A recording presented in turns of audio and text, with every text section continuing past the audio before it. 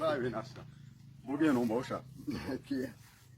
ሙራ አተባንዶ አይደል ወይ አርባንድ አፈር ወይ አርዋግት ካውና ሃናንራ በጣም ምስጋና ስራው አሜን በበለጠ አስራን ነው አሜን አሜን ወይን አራቸ ደስ ይላችሁ በሰላም መስሮት ማለት ዘንጋ በጣም ወይና እሺ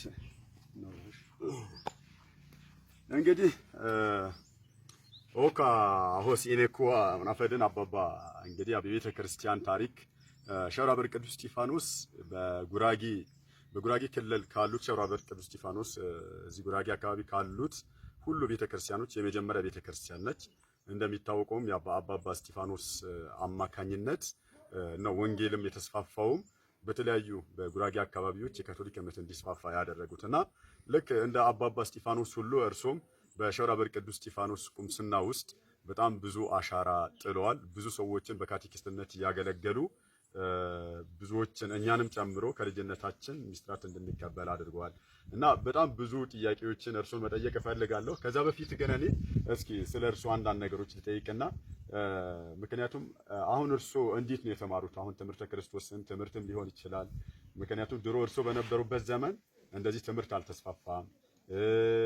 በጣም ብዙ ነገሮች ከባድ ነበሩ እና እርሶ ግን ይጽፋሉ፣ ያነባሉ፣ ጸሎት ይመሩ ነበር፣ በብዙ አገልግሎት ይሳተፉ ነበር። እንዴት ነው እስኪ ወደ ትምህርቱ ዓለም የመጡት? ኮፊያዎች እኔ በመጀመሪያ ጊዜ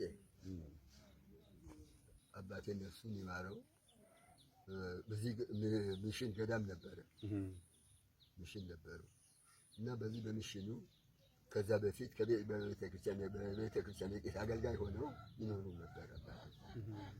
በዛ አማካይነት ያው አባ ገብረወልድ መጡ። በቃ ከዛ በቃ አንድ ቤተሰብ ሆነን በቃ በሳቸው ቁጥጥርም እሳቸው አባት ሆነው ነው ያሳደጉ። አባ ገብረወልድ ትምህርትስ ወደ ትምህርቱስ እንዴት ገቡ? ወደ ትምህርትም የአባ ገብረወልድ ነው። ያኔ ትምህርት ነበረ ሸብራበር አበራ ያስተምር ነበር። አበራ ቆጭራ ኦኬ። እሳቸው ናቸው እርሶን ያስተማሩት? አዎ ባበራ እንትን ነው። እስከ ስንተኛ ክፍል ነው የተማሩት? እስከ ወደ 5 በሚዛወሩበት ሰዓት ነው። እኔ የሚገርመኝ አሁን ያኔ እንደዚህ ትምህርት ብዙም አልተስፋፋምና ብዙም የትምህርቱ ሁኔታ ብዙ አይደለም፣ ግን እሱ በደንብ ማንበብ ይችላሉ፣ መጻፍ ይችላሉ። እግዚአብሔር ይመስገን። እንደው ከፊተኞች መምህራን እወዳደራለሁ። አይ እውነት ይሄ ምስክር ነኝ እኔ። ከፊተኞች መምህራኖች እወዳደራለሁ። እውነት ነው። ይሄ አገር ያወቀው ፀሐይ ሞቀው ጉዳይ ነው። ምክንያቱም ሲያስተምሩ ወንጌልም ይሁን ጸሎትም ሲያደርጉ የሚታወቅ ጉዳይ ነውና በጣም ስለሚገርመኝ ነውና እስኪ እርሶ በነበሩበት ዘመናት በቤተ ክርስቲያናችን ውስጥ እርሶ የሚያስታውሷቸው ስንት ካህናቶች አለፉ? እስከ ዛሬ ድረስ ከድሮ ጀምሮ ከህፃንነቶ ጀምሮ የሚያውቋቸው? እኔ የማውቃቸው ጥቂቶች ናቸው። አባ ገብረወልድ ከዛ በፊት የነበሩት እኔ አላውቅም። አያውቋቸውም? እስኪ ከአባ ገብረወልድ በኋላ አባ ገብረወልድ፣ አባ ተክለአብ ደግሞ አባ ሰይፈ ሚካኤል ትንሽ ጊዜ ሰርተዋል። ከዛ በኋላ ደግሞ አባ ተስፋዬ ስባኒ ተስፋዬ አድሃናም ተስፋዬ ስባኒ አገልግለዋል።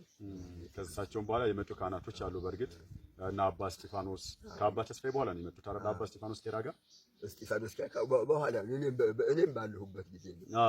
ቅርብ ጊዜ ነው የመጡት። ከእሳቸውም ያው እኛ የምናውቃቸው የደረስንባቸው ናቸው። ከአባ እስጢፋኖስ በኋላ እና አባ ዳዊት እንድሪያስ፣ አባ ፍቅሩ ሁሉም እኔ በደረስኩባቸው ናቸው። እሺ አሁን ይሄን እንዳለ ሆኖ ወደ ካቴኪስት ሆነው ለብዙ ዓመታት ስንት ዓመት አገልግለዋል ሸራበር ቤተክርስቲያን ውስጥ? በካቴኪስት ብዙ ጊዜ ቢያንስ ስንት ዓመት ይሆን? አቶ አበራ ስቦቃ በነበረበት ሰዓት ነው። ከዛ በፊት እሱ ነበር ካቴኪስት ሆኖ የሚሰራ እዚህ ሸራበር በሸራበር እና ከዛ በኋላ ነው ማለት ቢያንስ ምን ያህል ዓመት ይሆናል በግምት? አንድ 50 ዓመት ይሆናል። እኔ በዛን ጊዜ አይ ካቴኪስት ሆነው ማገልገል ከጀመሩ ከአቶ አበራ ቀጥሎ ያለው ጊዜ እስከ ዛሬ ያለው 40 ዓመት አካባቢ ያልፋል። ይህ ሁላ ዘመን እንግዲህ እርሶስ ያስተምሩ ነበር ማለት ነው። ብዙ ተተኪዎችን አፍርቷል። አሁን ብዙ ምዕመናን እርሶን እንዳስተማሩ እኛ በታሪክም እናውቃለን። እግዚአብሔር ይመስገን። እሺ ያው እንግዲህ በተለያየ ቦታ ላይ የእርሶ ፍሬ እያየን ነው። እኔም አንዱ ነኝ። ምክንያቱም ከዛሬ 20 ዓመት በፊት እርሶ ነበሩ ያስተማሩኝ ትምህርተ ክርስቶስ። ሌላው ደግሞ እኔ በጣም የሚገርመኝ መቁጠሪያ ጸሎት በጣም ብዙ ጊዜ ያደርጋሉ። ከዛ ባለፈ አብዛኛው ሰው እዛ ቤተ ክርስቲያን ላይ እንግዲህ እንደሚታወቀው የጸሎት መጽሐፍ ይዞ ነው መቁጠሪያ ጸሎት የሚመራው። እሳቸው ግን ሙሉ መቁጠሪያ ጸሎቱን የልበ ኢየሱስ ሊጣንያ ጨምሮ የእመቤታችን ሊጣንያን ጨምሮ በቃላቸው በአእምሯችን እስኪ እንዴት አሁንም ችግር የለኝም እኔ በቃሌን እስካሁን እኔ መጽሐፍ አልመለከትም። በቃሌ ነው ሁሌ አሁንም ቢሆን በቃሎት በደንብ መስገነው። እሺ ድሮ ወጣት መዘመራን ሆኖ አገልግለው ያውቃሉ? ሸብራ በቤተ ክርስቲያን ውስጥ በወጣትነት ዘመን ብዙ ጊዜ ወደ ቤተ ክርስቲያን ብዙ እንትን ነበር።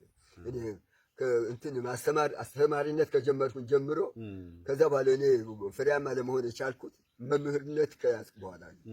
ከዛ በኋላ በቃ በአባቴና በእናቴ ቁጥጥር ነበርኩ። ኦኬ እንዴት ነው የእርሱ አባት ቤተ ክርስቲያን ላይ ጎበዝ አገልጋይ ነበሩ? አዎ እንደ እንትን ሆነው መጀመሪያ እኮ እዛ የቤተ ክርስቲያን ቆርቋሪ ሆነው የመጡት አባቴና የፍቅሬ አባት ናቸው።